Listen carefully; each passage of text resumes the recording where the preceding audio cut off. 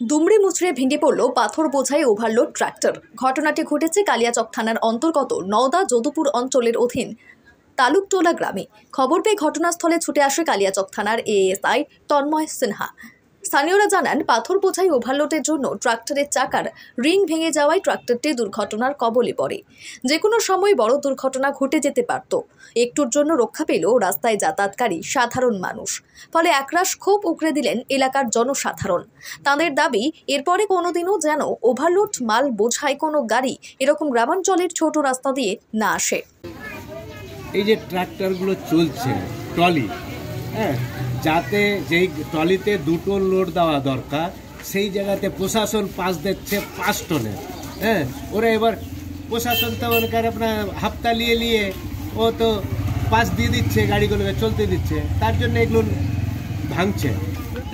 কতক্ষণ আগে এই ঘটনাটা ঘটলো? এই টাইম ধরেন কি এখন কটা বাজে, এখন প্রায় ওই 9:30টার দিকে হয়েছে। যখন দুর্ঘটনা ঘটেছিল এখানে কেউ ছিল না? কেউ ছিল না, তখন বৃষ্টি পড়ছিল। তো দিনের বেলা যদি ওয়েদার যদি ভালো থাকতো তাহলে গেলে হতো। এটা দায় কাকে মনে করছেন? দায় কাকে মনে করছেন? ব্যাপার হলো যেসব ক্যাপাসিটির দরকার হচ্ছে 2 টন, সেই জায়গাতে 3 টন লোড হচ্ছে, তার জন্য তো প্রশাসন দায়ী। তা আপনারা এখন কি চাইছেন? লোডটা ঠিকভাবে আসলে গেলে অত ক্ষতি হবে না, দুর্ঘটনাটা হবে না। এই যে গাড়িতে এত ওভারলোড আছে গ্রামের মধ্যে, তো আপনি এই বিষয়ে কি বলবেন? এই বিষয়ে বলতে কি, এটা খুবই দুঃখিত কথা। এই গ্রামে এত ছোট রাস্তাতে আর এই যে বড় ওভারলোড নিয়ে এগুলো ট্রলি ঢোকা ঠিক না। কেন ঠিক না? কি গ্রামের বাচ্চা উচ্চা অনেক দৌড়াদৌড়ি করছে, আসবে এই বাড়ি থেকে ওই বাড়ি থেকে আসবে, আর এত লোড নিচ্ছে গাড়িতে। যেখানে আপনার প্রয়োজন আছে 1 টনের, সেখানে 5 টন নিচ্ছে। এই 5 টন লাওয়া 6 টন লাওয়া এই ট্রলিতে, 5 টন 6 টন লাওয়া এই ট্রলিতে অযুক্তি। মানে আমার ভাষাটা কি, এত লোড লাওয়া ঠিক না এই গ্রামে। এর জন্য দায় কাকে মনে করছেন?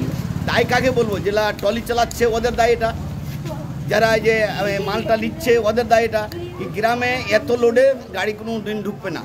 আপনারা এখন কি চাইছেন? আমরা চাইছি কি এত লোডের গাড়ি না ঢুকে এই গ্রামে। কেন বলো তো? গ্রামে চলাফেরা সবারও দরকার, কিন্তু বেশি লোড নিলে গেলে, বেশি ওভারলোড হয়ে গেলে গ্রামের পক্ষে ক্ষতি, রাস্তার পক্ষে ক্ষতি। এবং ছোট ছোট ড্রেন রয়েছে, সেই ড্রেনটা বন্ধ হয়ে যাচ্ছে এই লরির জন্যে।